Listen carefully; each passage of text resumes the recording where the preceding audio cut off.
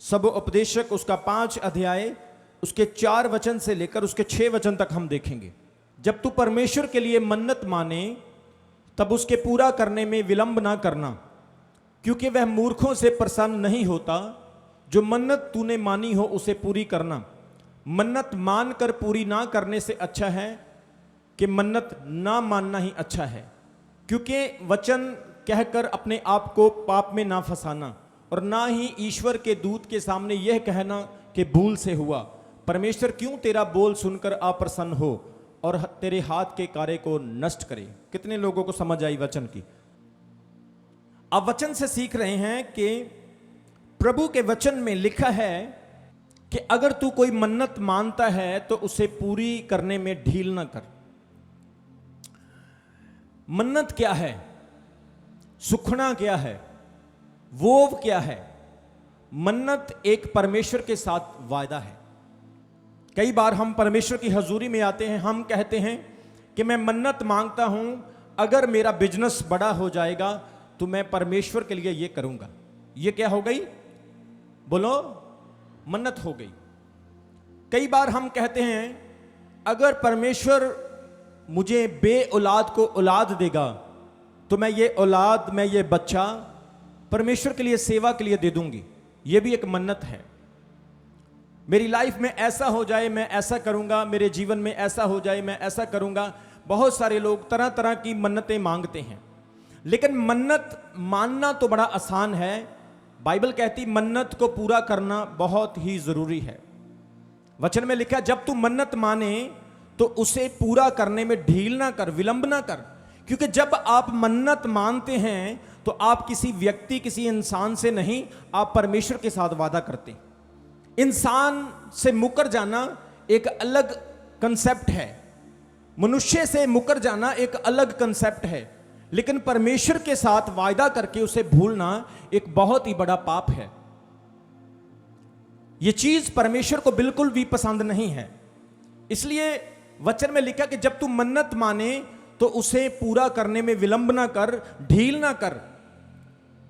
मन्नत मानना अच्छी बात है, लेकिन मन्नत ना माना जाए अगर आप पूरा नहीं कर सकते। कई लोग अपने जीवन में बहुत बड़े बड़े परमेश्वर के साथ वायदे कर लेते हैं और उन वादों को वो पूरा नहीं कर पाते, जिनकी वजह से वो अपने जीवन में बहुत सारी समस्याओं को झेलते हैं।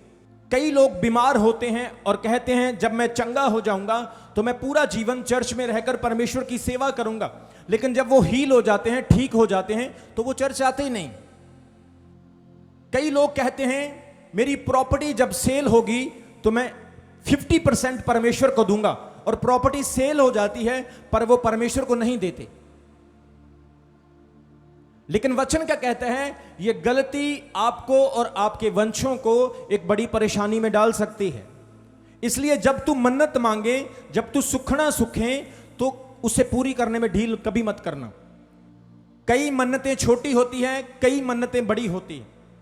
कई तो दाल चावल बना के ही काम चला लेते हैं अपनी गुंजाइश के मुताबिक, लेकिन कई ऐसे बड़े बड़े वादे कर लेते हैं जो वायदे फिर उन्हें निभाने में बड़ी मुश्किल होती।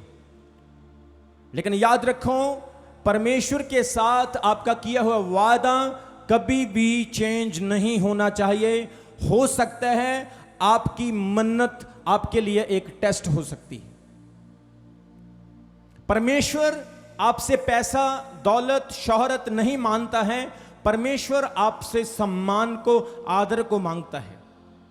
अगर आप अपने परमेश्वर पिता का आदर करते हैं तो आप मन्नत मान कर देने से ढील नहीं करेंगे, आप उसे 100% देंगे। इसलिए वचन में लिखा जब तू मन्नत माने तो उसे देने में ढील ना कर। मन्नत ना देने से अच्छा है कि मन्नत ना ही मानी जाए। एक वचन मेरे साथ पढ़ो, प्रेरितों के काम उसका 5 अध्याय उसके 1 वचन से लेकर उसके 11 वचन तक हम देखेंगे।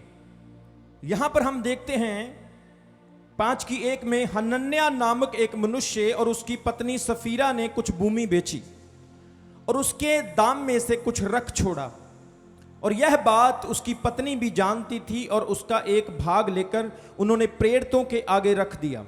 पतरस ने कहा, हे हनन्याह, शैतान ने तेरे मन में यह बात क्यों डाली कि तू पवित्र आत्मा से झूठ बोले, क्योंकि भूमि के दाम में से कुछ रख छोड़े। जब तक वह तेरे पास रही क्या तेरी ना थी, और जब बिक गई तो क्या तेरे वश में ना थी। तूने यह बात अपने मन में क्यों विचारी। तू मनुष्यों से नहीं परंतु परमेश्वर से झूठ बोलता है। ये बातें सुनते ही हनन्याह गिर पड़ा और प्राण छोड़ दिए, और सब सुनने वालों पर बड़ा बहस आ गया। फिर जवानों ने उठकर उसकी अर्थी बनाई और बाहर ले जाकर उसे गाड़ दिया। लगभग 3 घंटे के बाद उसकी पत्नी जो कुछ हुआ था ना जानकर भीतर आई। तब पतरस ने उससे कहा, मुझे बता, क्या तूने भूमि इतने में ही बेची थी। उसने कहा, हाँ इतने में ही। पतरस ने उनसे कहा, यह बात है कि तुम दोनों ने प्रभु की आत्मा की परीक्षा के लिए एक का किया। देख तेरे पति के गाड़ने वाले द्वार पर ही खड़े हैं, और तुझे भी बाहर ले जाएंगे। तब वह तुरंत उसके पांव पर गिर पड़ी और प्राण छोड़ दिए। और जवानों ने भीतर आकर उसे मरा पाया और बाहर ले जाकर उसके पति के साथ गाड़ दिया। सारी कलीसिया पर और इन बातों के सब सुनने वालों पर बड़ा भय छा गया। कितने जनों को समझ आई। सबसे पहले हम बाइबल में देखते हैं उन मन्नतों के बारे में जो मन्नतें लोगों ने नहीं दी। यहां पर 2 लोग हैं, एक हनन्याह है, एक सफीरा है। हनन्याह एक व्यक्ति है, एक आदमी है, और सफीरा उसकी पत्नी है। इन दोनों ने परमेश्वर के साथ एक प्रॉमिस किया, वायदा किया कि प्रभु हमारी एक जमीन है वो बिक नहीं रही है, तो परमेश्वर हमारी जमीन बिक जाए। पतरस मेरे जैसा प्रभु का दास है। जाहिर है कि जैसे आप लोग मेरे पास अपने प्रार्थना विषय लेके आते हैं, ऐसे ही उस समय के लोग पतरस के पास प्रार्थना विषय लेकर जाते थे और पतरस से कहते थे, मेरी बीमारी ठीक हो जाए, मेरा वीजा लग जाए, मेरा पासपोर्ट आ जाए, मेरे घर का काम हो जाए, मुझे बेबी ब्लेसिंग मिल जाए, मेरा घर बन जाए। इसी तरह से इस परिवार ने पतरस को अपना प्रार्थना विषय देकर कहा कि हमारे पास कुछ जमीन है जो बहुत सालों से नहीं बिक रही, इसलिए हे परमेश्वर के बंदे हमारे लिए दुआ कर, ताकि हम उस जमीन को बेच करके उसका पूरा का पूरा हिस्सा, वादा क्या किया, कितना हिस्सा देंगे, क्या मन्नत मांगी, कितना हिस्सा देंगे। उन्होंने कहा प्रार्थना करो, वो वैसे तो बिकने नहीं, अगर बिक जाएगी तो उसका पूरा का पूरा हिस्सा हम ला करके परमेश्वर की सेवा के लिए दे देंगे। लेकिन हुआ क्या, जब वो जमीन, जब वो भूमि ज्यादा पैसों में बिक गई तो उनके मन में बेईमानी आ गई। हो सकता है 10 लाख की बिकी हो, 50 लाख की या 1 करोड़ की बिकी हो। इतने पैसे जब हाथ में आएंगे तो अच्छे से अच्छे इंसान का मन बेईमान हो सकता है। आजकल हमारी लाइफ में भी कभी कभी ऐसा होता है, जब हमारे पास ज्यादा होता है तो हम दूसरों को नहीं देते, लेकिन जब हमारे पास कम होता है हम दूसरों की मदद करते हैं। हमारे जीवन में भी कभी कभी ऐसा होता है, जब परमेश्वर हमें दुख देता है हम उसकी आराधना करते हैं, लेकिन जब वो हमें सुख देता है तो हम भूल जाते हैं। जब हम गरीब होते हैं, बीमार होते हैं, हम चर्च में लगातार आते हैं, लेकिन जैसे ही हमें बरकत मिलती है हम चर्च आना कम कर देते हैं। एक भाई से मैंने पूछा, भाई तू चर्च नहीं आता, पहले तो लगातार आता था। उसने कहा, अपोस्टल जी अब मेरा बिजनेस बड़ा हो गया, पहले मेरे पास 1 ट्रक था, अब मेरे पास 3 ट्रक हो गए। मेरे पास पहले 4 भैंसें थी, अब 15 भैंसें हो गई, इसलिए मेरा टाइम नहीं लगता कि मैं चर्च आ जाऊं। मतलब कहने का कि लोगों के पास जब बरकत आ जाती है तो उनके पास परमेश्वर के लिए समय नहीं होता। अगर गरीबी में उनको कोई बोले हिमाचल के पहाड़ पर जाकर के चढ़ जा तो वो चढ़ जाएगा, उसको बोलो राजस्थान चला जा वो चला जाएगा, धूप में कपड़े उतार के खड़ा होके भक्ति करना स्टार्ट कर दे वो करेगा। अगर आप उसको बोलेंगे चर्च आ तो चर्च आएगा तो सही, लेकिन चर्च में आकर भी उसका मन नहीं लगेगा। ऐसे विश्वासी नहीं बनना मेरे प्रियो, ऐसे परमेश्वर को चाहने वाले लोग नहीं बनना, क्योंकि आपका शरीर, आत्मा और प्राण परमेश्वर के हाथ में है। उसे सेफ रखना है तो आपको परमेश्वर के वचन के मुताबिक चलना होगा। कितने लोगों को समझ आ रही है? हमारा देश संविधान से चलता है, हमारा जीवन इसी तरह पवित्र बाइबल के वचन से चलता है। अगर आप वचन को नहीं मानेंगे तो आप अपने जीवन में असफल ही रहोगे। इन लोगों ने परमेश्वर के साथ एक मन्नत मानी, एक वायदा किया कि प्रभु जब ये जमीन बिक जाएगी, जितना भी इसका मूल्य होगा हम सारा का सारा तुझे दे देंगे। अब काम यहां पे ये खराब हो गया कि भूमि थोड़ी महंगी बिक गई। हो सकता इन्होंने कहा 10 लाख की बिकेगी, हो सकता वो 50 की बिक गई। अब सोचने लगे चलो ऐसा करते हैं, आधा खुद रख लेते हैं, आधा पतरस को दे देते हैं। लेकिन मन्नत का मतलब मन्नत होता है, वादे का मतलब वादा होता है। आप इंसान से नहीं, आप परमेश्वर से प्रॉमिस करते हैं। आप जब पाप छोड़ देते हैं तो छोड़ देते हैं, यह भी एक मन्नत है। आप जब सिगरेट शराब छोड़ देते हैं, यह भी एक परमेश्वर के साथ वायदा है। मुझे 15 साल हो गए प्रभु की सेवा करते हुए, आज तक मैंने अपने आप को पाप और नशे से बचाया है। कितने लोगों को समझ आ रही? क्यों? क्योंकि मैंने एक मन्नत मानी है। यह शरीर 60-70 साल तक चलेगा, लेकिन उसके बाद मेरा एक और शरीर आने वाला है जो अनंत काल तक होगा। परमेश्वर एक बॉडी मुझे और देने वाला है जो कभी नहीं मरेगी। तो मैं चाहता हूं इस शरीर के मरने के बाद मैं उस शरीर को पालूं जो कभी नहीं मरेगा। अगर आप परमेश्वर के मुताबिक नहीं चलते, प्रभु की बात को इग्नोर करते हैं, तो याद रखो ऐसा समय आने वाला है आप ये शरीर का भी नाश कर लोगे और उसका भी कर लोगे। इसलिए इन दोनों के मन में बेईमानी आ गई कि अब हम 50% पतरस को देंगे और 50% खुद रख लेंगे।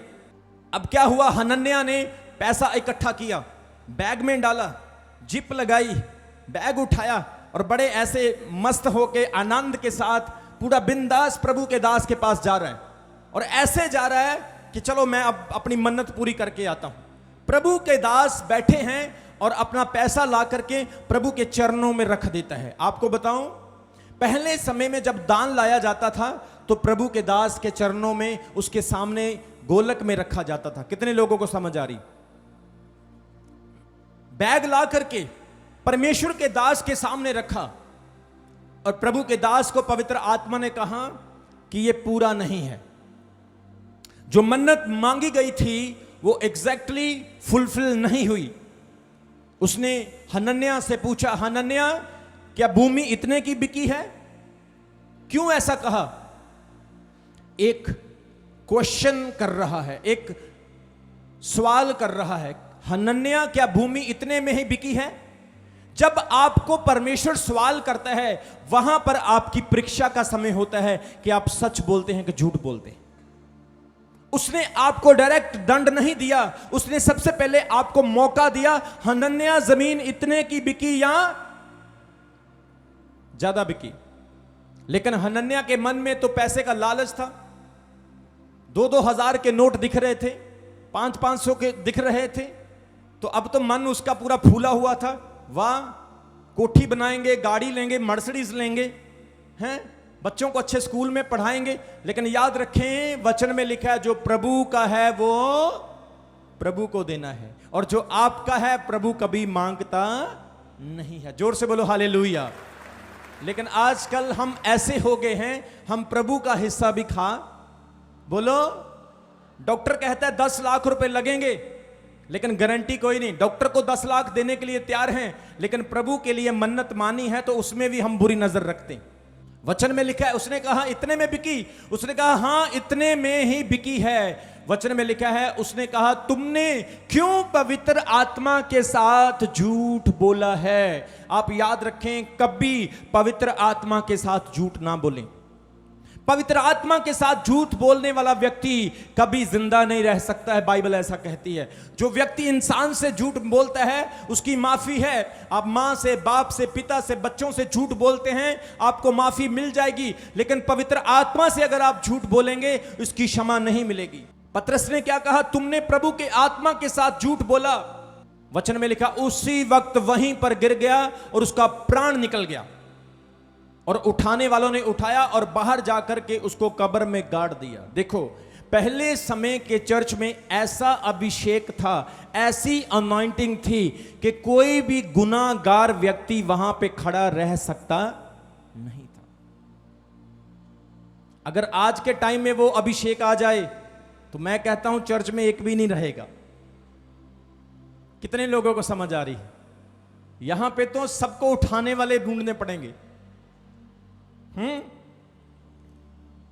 कोई चोरी चोरी शाम को चोरी चोरी छुपके छुपके करते रहते कुछ ना कुछ। फिर इसका मतलब आप चर्च में बैठे हैं और आप जिंदा हैं। यह बात इस चीज को दर्शाती है कि प्रभु का बहुत बड़ा हाथ आपके सर पर है। जोर से बोलेंगे हालेलुया। जो हर रोज आपके मेरे पाप को क्षमा करता है, एवरी डे। यीशु मसीह ने अपना खून कितने साल पहले बहाया? बोलो, 2000 साल पहले। आज भी उसका खून देखो उतना ही काम करता है जितना पहले करता था।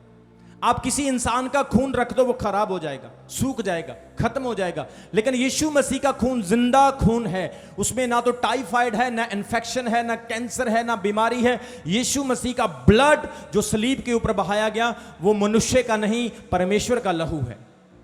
और उसके लहू में इतनी सामर्थ है कि वो आज भी हमारे पापों को धो देता है। आज आप चर्च में बैठे हैं इसीलिए जिंदा हैं क्योंकि आप यीशु के लहू के साथ कवर हैं।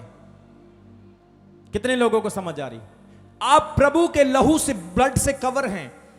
बाइबल में लिखा वो उसी वहीं पर गिर गया, उठाने वालों ने उसे उठाया और जाके कब्र में गाड़ दिया। अब पत्नी घर में इंतजार कर रही है कि मेरे हस्बैंड गए हैं, वापस नहीं आए, लगता है गुलाबी नोट गिनने में टाइम लग गया। वो वेट कर रही है, इंतजार कर रही है कि भाई बड़ा टाइम लग गया, सो साहिब अभी तक आए नहीं, नोट गिनने में टाइम लग गया होगा। या ऐसा हो सकता है परमेश्वर के दास ने कुछ खास खाना बनाया होगा, खाना खाते खाते समय लग गया। तो वो 3-4 घंटे, पता नहीं कितने घंटे तक इंतजार करती रही और वेट करके, इंतजार करके उठी और जाकर के कहने लगी, मैं अब अपने पति के पास जाऊंगी क्योंकि उसने इतना टाइम लगा दिया है। उठती है और जाकर प्रभु के दास के सामने खड़ी हो जाती है और उसका पति तो वहां पर नहीं था और प्रभु का दास पतरस वहां पर बैठा था और जाकर के अपने पति को ढूंढने लगती है। और पतरस सेम क्वेश्चन जो उसके पति को करता था, उस सफीरा नाम की औरत से भी सेम क्वेश्चन करता है, क्या तुमने भूमि इतने में ही बेची थी? क्या भूमि का सारा हिस्सा तुम लेकर आए हो? बाइबल कहती है उसने भी अपने पति का सेम उत्तर दिया कि हमने जमीन इतने में ही बेची है। और पतरस ने कहा, क्यों तुम लोगों ने पवित्र आत्मा के साथ झूठ बोलने के लिए एका किया है? अभी तेरे पति को उठाने वाले खड़े हैं और तू झूठ बोल रही है। वचन में लिखा उसकी भी उसी वक्त जान निकल गई और वहां पर गिर गई और उठाने वालों ने उसे भी उठाया और जाकर के गाड़ दिया। सारी कलीसिया पर बहस आ गया, सब लोग डर गए कि परमेश्वर इतना बड़ा जज है, खुदा इतना बड़ा न्यायी है। मेरे प्रियो, मन्नत मानकर कभी विलंब नहीं करना चाहिए। जब आपने खुदा के साथ कुछ वायदा किया है तो उस वायदे को कभी भूलना नहीं चाहिए। कितने लोगों को समझ आ रही है? जोर से बोलेंगे हालेलुया। हनन्याह और सफीरा ने परमेश्वर के आत्मा के साथ झूठ बोला। आज हम भी छोटी छोटी बातों में झूठ बोलते हैं। परमेश्वर के दास के साथ, पास्टर के साथ झूठ बोलते हैं। विश्वासियों को तो छोड़ दो, प्रभु के दास के साथ झूठ बोलते हैं जो हमारे लिए दिन रात फास्टिंग करके प्रेयर करते हैं। हम उनको भी कई बार हम पोलू बना देते हैं। हम कहते हैं हम बड़े सियाने हैं, पास्टर जी को क्या पता, वो तो कमरे में बैठ के प्रार्थना कर रहे हैं। लेकिन याद रखो, आप प्रभु के दास के साथ झूठ बोल सकते हैं, लेकिन पवित्र आत्मा जो प्रभु के दास के अंदर रहता है उसके साथ आप कभी झूठ नहीं बोल सकते। जोर से बोलेंगे हालेलुया। आप सच्चे चलेंगे तो बरकत आपकी होगी। आप सीधे चलेंगे तो आपको कामयाब होने से कोई रोक नहीं सकेगा यीशु मसीह के नाम में। आप परमेश्वर के साथ खराई और सच्चाई से चलेंगे तो आपके दुश्मन कितने भी हों वो शर्मिंदा होकर भाग जाएंगे यीशु मसीह के नाम में। हनन्याह और सफीरा ने मन्नत तो मांगी लेकिन पूरी करने में ढिलाई कर दी। पवित्र आत्मा के साथ झूठ बोला। अरे अगर तुम 50% रख रहे हो तो पहले ही 50% की मन्नत मानना था, लेकिन तुमने परमेश्वर के और परमेश्वर के दास के साथ धोखा किया, चीटिंग की। वचन में क्या लिखा है? अगर तुम मन्नत मांगे तो उसे देने में कभी विलंब ना करना। तेरे मन्नत मानने से ना मानना ही अच्छा है। हम बाइबल में शिमशोन के बारे में पढ़ते हैं। शिमशोन एक ऐसा परमेश्वर का दास था जिसके अंदर प्रभु का जोर था। बाइबल में लिखा है शिमशोन जब पैदा नहीं हुआ था तो परमेश्वर के लोगों को फिलिस्ती लोग मारते हैं, उन पर तशद्दद करते हैं। परमेश्वर ने शिमशोन की मां को दर्शन देकर यह बात कही कि सुन, तू बांझ है और अब तू एक पुत्र को जन्म देगी, और सुन मेरी बात, वो जब पैदा होगा 3 चीजें अपनी लाइफ में याद रखना। कभी वो दाख मधु ना पिए, कभी वो दाख मधु शराब नहीं पिएगा। दूसरा, वो पराये लोगों की अशुद्ध चीजें कभी खाएगा नहीं। तीसरा, उसके सर पर लटें होगी, बाल होंगे, और उसके सर पर कभी उस्तरा मत फेरना। ये 3 चीजें उसकी मां को स्वर्गदूत ने कही जब शिमशोन पैदा होने वाला था। बाइबल में लिखा, एक बांझ औरत को परमेश्वर ने एक बेटे की आशीष दी और जिसका नाम शमशून रखा। शमशून के सर पर 7 बाल 7 लटें थी और उसकी लटों में इतनी ताकत थी कि वो अकेला हजारों को मार देता था। इतनी शक्ति थी उसके अंदर कि वो शेरों को चीर देता था, हाथ से भालुओं को नष्ट कर देता था। और शिमशोन, जब आप 14 अध्याय पढ़ोगे न्यायों की पुस्तक का, 14 अध्याय में लिखा है कि शिमशोन ने एक ऐसा उत्सव का अरेंज किया, एक ऐसे फेस्टिवल का अरेंज किया जहां पर उसने अपने दुश्मनों को बुला लिया, फिलिस्ती लोगों को इनविटेशन दे दिया और फिलिस्ती लोगों के साथ बैठ करके वो दाख मधु पीने लगा, जो मन्नत परमेश्वर ने उसकी मां को दी थी। और उसकी मां ने जो परमेश्वर के साथ मन्नत मानी थी कि जब तक मैं जिंदा हूं मैं ये 3 चीजें याद रखूंगी और शिमशोन को कभी भी पाप में नहीं गिरने दूंगी। लेकिन उसकी मां ने जो प्रभु के साथ मन्नत मानी थी उस मन्नत को तोड़ दिया। शिमशोन ने एक फेस्टिवल बनाया, एक फीस्ट का अरेंज किया और अपने दुश्मनों को वहां पर बुला लिया। और बाइबल कहती है कि आप पढ़ना चाहते हो, आइए मेरे साथ पढ़ेंगे। न्यायों की पुस्तक उसका 13 अध्याय मैं पढ़ूंगा, आप नोट कर लो, घर जाके पढ़ लेना। वहां पर लिखा, दानियों के कुल का सोरावासी मनो नाम का एक पुरुष था जिसकी पत्नी बांझ होने के कारण कोई पुत्र ना था।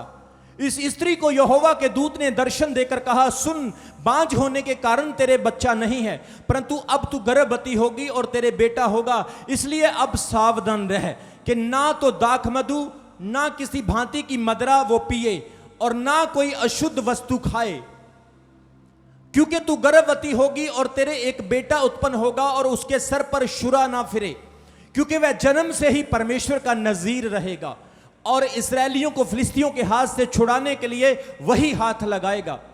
उस स्त्री ने अपने पति के पास जाकर क्या कहा, परमेश्वर का एक जन मेरे पास आया है जिसका रूप परमेश्वर के दूत के अति भय योग्य था, और मैंने उससे न पूछा कि तू कहां का है और ना उसने मुझे अपना नाम बताया। शिमशोन ने गलती की, एक गैर याति की, एक गैर कास्ट की औरत के साथ उसने प्रेम कर लिया। फॉल इन लव, ये आजकल शब्द बड़ा फेमस है। मैं प्यार में, आई फॉल इन लव, लेकिन मैं आपको बोल रहा हूं यीशु मसीह के प्यार में आप फॉल इन लव नहीं होते, आप अप इन लव हो जाते हैं। जोर से बोलेंगे हालेलुया। आप प्रभु के प्यार में गिरते नहीं, उठ जाते हैं। जोर से बोलो आमीन। ये एक औरत के साथ प्रेम में गिर गया। बाइबल कहती है उसका नाम दलीला था। दलीला ने शिमशोन की सारी ताकतों का राज जान लिया। इसने शराब भी पी ली, सर पर शुरा भी फिर गया, अशुद्ध चीजें भी खा ली, जिसकी वजह से परमेश्वर की सामर्थ शिमशोन की लाइफ से अलग हो गई। वही शूरवीर जो हजारों को मार देता था, जो बहुत ताकतवर था, जिससे दुश्मन डरते थे, आज वो कमजोर बन गया, आज वो बलहीन हो गया। क्यों? क्योंकि उसकी सारी ताकत उससे चली गई। उसने परमेश्वर के साथ जो मन्नत मांगी थी उस मन्नत को पूरा नहीं किया। आज आप अगर पावरलेस हैं, आप कमजोर हैं, आप दुखी हैं, सोचें, याद करें, आपने प्रभु के साथ कोई वायदा तो नहीं किया जो आप भूल चुके हैं। अगर भूले हैं तो खड़े हो जाएं, आज उस वायदे को पूरा करें। परमेश्वर आपको फिर से रिस्टोर करेगा यीशु मसीह के नाम में। खुदावंद आपको फिर से चमकाएगा, वो आपको ब्लेस करेगा। आपकी बीमारी कितनी बड़ी भी क्यों ना हो, आपका रोग चाहे कैंसर से भी बड़ा क्यों ना हो, अगर आप रियली परमेश्वर के एनकाउंटर को करेंगे तो आज आपकी लाइफ बड़ी होगी, आशीषित होगी और गवाही टेस्टमनी आने वाली है यीशु मसीह के सामर्थी नाम में। जोर से बोलेंगे हालेलुया। हनन्याह और सफीरा ने मन्नत तो मांगी, बाइबल कहती है उन्होंने मन्नत को पूरा नहीं किया, तोड़ दिया। शिमशोन की मां ने प्रभु के साथ यह वायदा किया कि उसके बेटे को वो इन चीजों से दूर रखेगी, लेकिन वो इस चीज को पूरा ना कर सकी।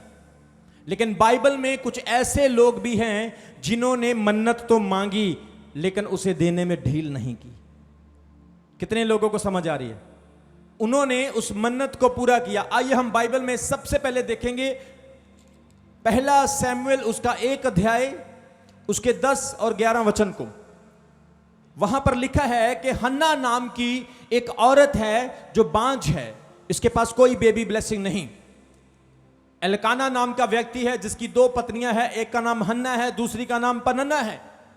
पनन्ना के पास तो बच्चों की आशीष है, हन्ना के पास नहीं है। हन्ना को ताने दिए जाते हैं, टॉर्चर किया जाता है, हन्ना को बहुत ज्यादा परसिक्यूट किया जाता है, जिसकी वजह से हन्ना पूरी तरह से टूट गई और परमेश्वर के घर में जाकर प्रार्थना करने लगी और कहने लगी, प्रभु मेरी आवाज को सुन।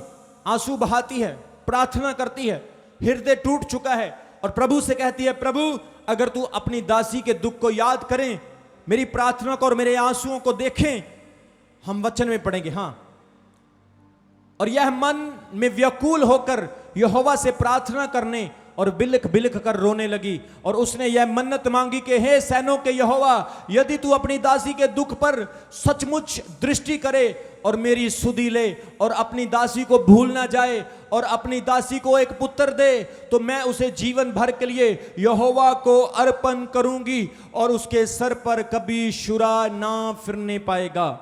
हन्ना ने प्रार्थना की और इसकी प्रार्थना में एक स्पेसिफिक रीजन, एक इंपॉर्टेंस है। वो इंपॉर्टेंस क्या है कि इसने अपनी प्रार्थना में प्रभु से एक मन्नत मांग ली। क्या कहती है? प्रभु अगर तू मुझे एक पुत्र की आशीष देगा तो मैं वो बेटा तुझे, जोर से बोलो, मैं वो बेटा किसे दूंगी? ये क्या है? बोलो, परमेश्वर के साथ एक मन्नत, एक वायदा, एक प्रॉमिस। मैंने अपनी सेवकाई में देखा बहुत सारे लोग आए जिन्होंने बच्चों की आशीष पाई। एक बहन आई, वो बोली मेरे लिए प्रार्थना करो, परमेश्वर मुझे बच्चे की आशीष दे। कम से कम 13 साल से उसके पास बेबी ब्लेसिंग नहीं थी। बड़े तांत्रिकों के पास, बहुत बाबे सियानों के पास बड़ा पैसा उन्होंने खराब किया, लेकिन जैसे वो चर्च में आए 13 साल बाद परमेश्वर ने उन्हें एक बेटे की आशीष दी। उस बहन ने प्रभु के साथ मन्नत मानी थी और वायदा किया था कि वो बेटा जब पैदा होगा तो वो उसे परमेश्वर की सेवा के लिए देगी, लेकिन आज तक वो बेटा परमेश्वर की सेवा के लिए नहीं दिया। वो फैक्ट्री में जॉब करता है। कितने लोगों को समझ आ रही? लेकिन हन्ना ने क्या कहा? प्रभु जब तू मुझे वो देगा तो मैं उसे तुझे अर्पण कर दूंगी, मैं तुझे दे दूंगी।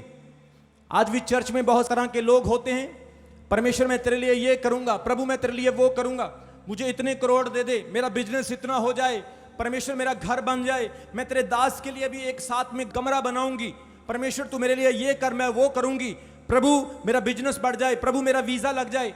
कई लोग मेरे पास आए, मन्नत मांगी, अपोस्टल जी प्रार्थना करो हमारा अमेरिका का वीजा लग जाए, इंग्लैंड का, कनाडा का वीजा लग जाए, जब हम बाहर चले जाएंगे तो हम 50% चर्च में भेजेंगे, 30% हम प्रभु की सेवा के लिए देंगे। आज तक 1 पाउंड भी उन्होंने नहीं भेजा। मतलब क्या है कि जब आप परमेश्वर के साथ मन्नत मानते हैं तो आप क्यों भूल जाते हैं? क्या आप चाहते हैं कि परमेश्वर पुराने नियम की तरह आपके गले पर अंगूठा रखे और आप फिर देंगे?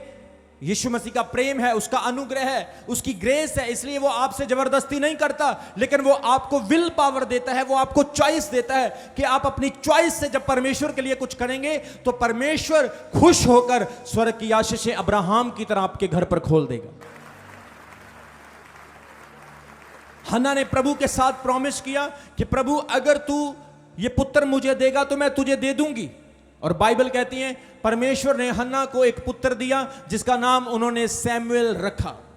और जैसे ही परमेश्वर ने वो बेटा दिया, क्या हन्ना ने वापस परमेश्वर को दिया कि नहीं दिया? बोलो, प्रभु ने वापस दिया कि नहीं दिया? कभी ऐसा तो नहीं करती थी कि हाथ पकड़ के संडे को चर्च ले जाती थी और फिर वापस ले जाती थी, हैं? ऐसा करती थी? उसने जैसे ही दूध छोड़ा, अपनी मां की फीड को छोड़ा, बाइबल कहती है वो अपने वचन के मुताबिक अपनी मन्नत को पूरा करने के लिए सैमुएल को हमेशा हमेशा के लिए प्रभु के भवन में छोड़ करके आ गई। हमने वचन में क्या पढ़ा? अगर तू मन्नत मांगे तो उसे पूरी करने में ढील।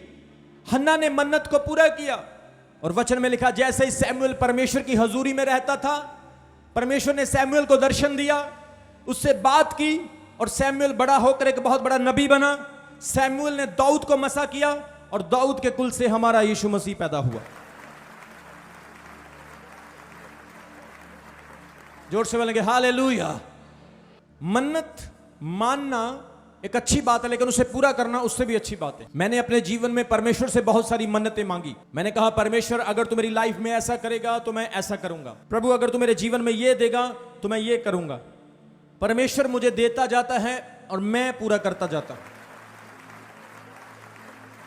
आपके लिए भी मैं बहुत सारी मन्नतें मांगता हूं कि परमेश्वर मेरे चर्च में ऐसा हो जाए, कलीसिया को ऐसा हो जाए, बहनों को ऐसा हो, भाइयों को ऐसा हो, इनको आशीष मिले, इनको बरकत मिले, नौजवान बहनों का, नौजवान भाइयों का भविष्य अच्छा हो जाए, इनका फ्यूचर अच्छा हो जाए।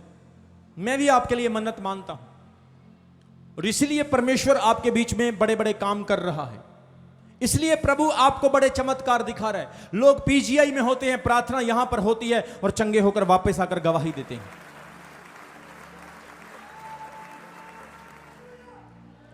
लोग जेलों में होते हैं, बड़े बड़े कोर्ट केस में फंस जाते हैं।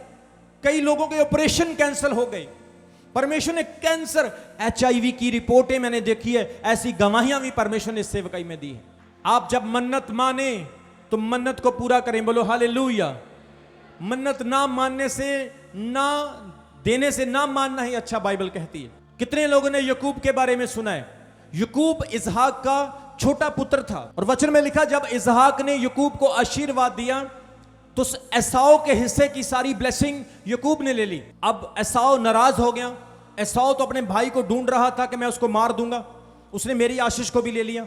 अब इसहाक ने उसको बोला कि फटाफट से भाग जा और पदम नाम आराम एक जगह पर चला जा। जब तू पद्मनाराम जगह में जाएगा वहां पर तुम्हें एक बेतुएल की बेटी मिलेगी, उससे जाकर शादी कर लेना। यकूब जब जाता है तो वो एक जगह पर रुकता है जिसका नाम था लूज। लूज जगह पर जब यकूब रात को सोया है, वो वहां पर एक दर्शन देखता है कि एक सीढ़ी स्वर्ग पर लगी हुई है और फरिश्ते उस सीढ़ी पर चढ़ते और उतरते हैं। जैसे यकूब दर्शन देखता है, सुबह उठता है, उठते ही वो महसूस करता है कि ये जगह एक अभिषेकित जगह है, यहां पर परमेश्वर की उपस्थिति है। वो एक पत्थर को खड़ा करता है, उस पर तेल डालता है, उसे अभिषेक करता है और वहां पर एक मन्नत मानता है कि हे मेरे यहोवा परमेश्वर दाऊद के खुदा, हे मेरे परमेश्वर अब्राहम मेरे पिता के परमेश्वर, मैं ये मन्नत मांगता हूं कि जब मैं सफर में जा रहा हूं, खाने के लिए मुझे रोटी देना, पहनने के लिए कपड़ा देना और जो जो भी आशीषें तू मुझे देगा उसका दसमांश मैं वापस आकर यहीं पर लौटाऊंगा। उसने एक मन्नत मांगी। कितने लोगों ने बाइबल में पढ़ा? 28 अध्याय उत्पत्ति में जाकर आप घर जाके पढ़ देना। और बाइबल में लिखा यकूब को परमेश्वर ने बहुत सारी आशीषें दी, भेड़ें, बैल, बल्द, गोलियां, बहुत सारी नौकर, बहुत सारी आशीषें, बच्चे, परिवार, धन दौलत, सोना चांदी परमेश्वर ने यकूब को दिया।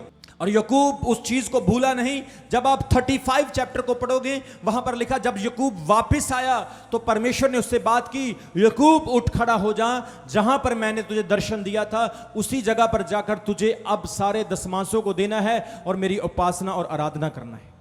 और बाइबल में लिखा यकूब उठा, वहां पर वापस गया और उस पत्थर के पास जहां पर उसने दर्शन देखा था परमेश्वर के लिए सारे दसमांशों को निकाला, सारे दसमांश, सारे ऑफरिंग्स परमेश्वर को दिए।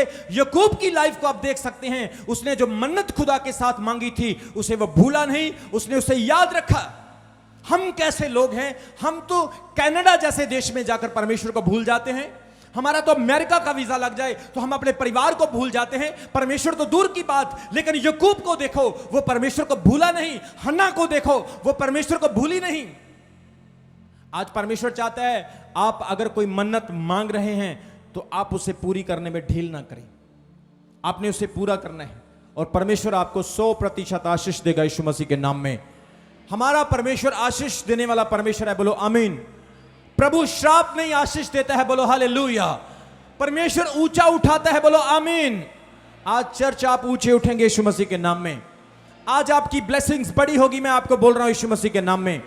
परमेश्वर कह रहा है आप लोग पूंछ नहीं सर बनेंगे यीशु मसीह के नाम में। आप रोपड़ जिले में ब्लेस्ड लोग होंगे, आप अपने घर में ब्लेस्ड लोग होंगे, आप अपने देश में ब्लेस्ड लोग होंगे। परमेश्वर कह रहा है आप कुछ भी हैं लेकिन खुदावंद आपको ऊंचा उठाएगा यीशु मसीह के नाम में। आपकी बीमारी कैसी भी है, आपके ऊपर कर्ज है, आप गरीब हैं, आप कमजोर हैं, मैं आज भविष्यवाणी देता हूं, अगर आप वफादार रहोगे अगले 6 महीने में आपकी जो 6 साल से ब्लेसिंग नहीं आई, आने के लिए जा रही है यीशु मसीह के सामर्थ्य नाम में। परमेश्वर आपको ऊंचा उठाएगा, बोलो आमीन। आप हन्ना की तरह बरकत पाने वाली हैं, आप यकूब की तरह दसमांश अपना उतारने वाले हैं यीशु मसीह के नाम में। आप ब्लेसिंग को पाएंगे यीशु मसीह के नाम में। मैं आत्मा में देख रहा हूं आज परमेश्वर बहुत सारी बहनों को आशीष देने के लिए जा रहा है, भाइयों को परमेश्वर सफलता का जीवन देने के लिए जा रहा है, क्योंकि हमारा परमेश्वर जिंदा परमेश्वर है। हमारा खुदा मुर्दा नहीं, उसकी कब्र आज भी खाली है।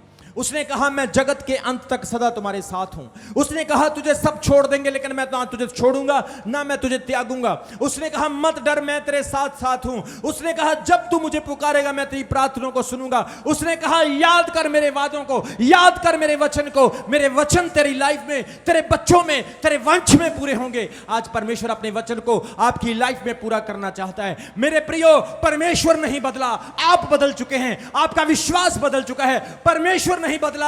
आपके अंदर पाप आ चुका है, आज उस पाप को निकालना है, आज उस कमजोरी को निकालना है, आज उस ख्याल को निकालना है, आज बुरे विचार को निकालना है। वो यहोवा परमेश्वर जो कल भी था, आज भी है, जो हमेशा हमेशा तक रहेगा, वो अपने बच्चों को कामयाब बनाएगा यीशु मसीह के नाम में। वो अपने बच्चों को आशीषित करेगा यीशु मसीह के नाम में। आप बिगेस्ट जॉब पाएंगे, आप बिगेस्ट बिजनेस पाएंगे, आप बिगेस्ट ब्लेसिंग पाएंगे। आपको परमेश्वर सर बुलंद करेगा, आपको परमेश्वर ऊंचा उठाएगा। जो आपको नीचा करना चाहते हैं वो आपको ऊंचा आता देखेंगे यीशु मसीह के नाम में। जो आपको बीमार देखना चाहते हैं आपकी तंदुरुस्ती और बढ़ती जाएगी यीशु मसीह के नाम में। जो आपको शर्मिंदा करना चाहते हैं परमेश्वर आपको इज्जत देगा यीशु मसीह के नाम में। अभी हमारे चैनल को सब्सक्राइब करें। हमारे चैनल का नाम है रमन हंस मिनिस्ट्रीज और नीचे दिए गए बेल आइकन पर प्रेस करें। आप हमें फेसबुक पर भी फॉलो कर सकते हैं। हमारा फेसबुक पेज है रमन हंस मिनिस्ट्रीज। हमारा प्रेयर लाइन नंबर है 0160500800.